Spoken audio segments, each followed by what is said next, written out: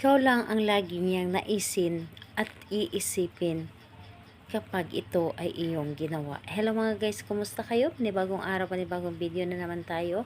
And sa araw na ito, isa naman video ang aking tuturo sa inyo, simpleng gabay o simpleng pamamaraan na makakatulong sa atin. At bago ang lahat, gusto ko lang mag-disclaimer sa mga taong hindi naniniwala at hindi gusto ang mga kagaya nitong video.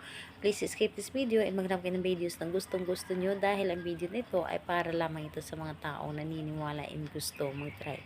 Sa lahat po ng mga nagko-comment dito sa aking video dito sa loob ng aking channel, mag-ingat sa lahat ng mga nagre-reply sa inyo na dinadala kayo sa kanilang WhatsApp imo app upang makaiwas po tayo sa scam.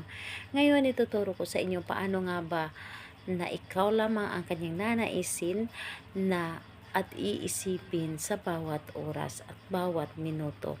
So, gustong gusto natin ito kapag tayo ay malayo sa ating mga partner, yung magka-LDR tayo, so gusto natin na tayo lang laging iniisip nila para hindi ito mapaling ang isip nila sa iba. So, ganito ang ating gagawin. Siyempre, maghanda ka ng larawan ni target.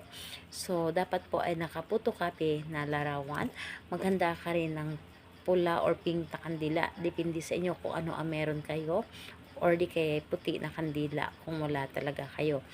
At syempre, panindi na rin. So, yun lamang ang dapat natin na ihanda. And syempre, ihanda rin natin ang ating mga sarili sa paggawa nito. Kailangan na buo dapat ang inyong loob sa paggawa nito at hindi ka nagdududa, at buo dapat ang iyong tiwala at paniniwala sa paggawa nito. So ngayon, kapag ready na yung sarili mo, syempre pwede mo na itong simulan. Ang gagawin mo lamang dito, napakadali. Dito sa kandila, pwedeng gamit na kandila ha. So dito sa kandila ay sindihan mo lamang ito. Sindihan mo lamang itong kandilang ito at ilagay mo lamang ito dito sa inyong harapan. So kapag nakalagay na ito sa inyong harapan, kunin mo ang kanyang larawan at ito ay iyong kausapin. Titigan mo lamang ito na may buong pagmamahal. So pagkatapos nun ay kausapin mo lamang ang larawan niya.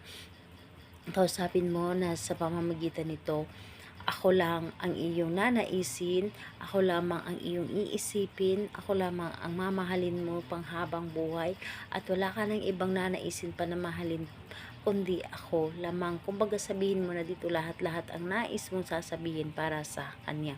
Pagkatapos nun ay iyo itong iikot dito sa kandila ng 3 beses. So, papainitan mo lamang ito dito sa kandila ng 3 beses. At pagkatapos nun, ang larawang ito ay itago mo ito sa iyong wallet. O hindi kaya mas maganda na sa iyong unan, sa ilalim ng inyong unan. Ipasok ninyo sa loob ng inyong punda para hindi ito makita ng ibang tao o kasamahan ninyo sa loob ng bahay ninyo. So, ayun po, gawin ito sa kahit anong araw at oras. Napakaganda ng resulta nito. Subukan po ninyo.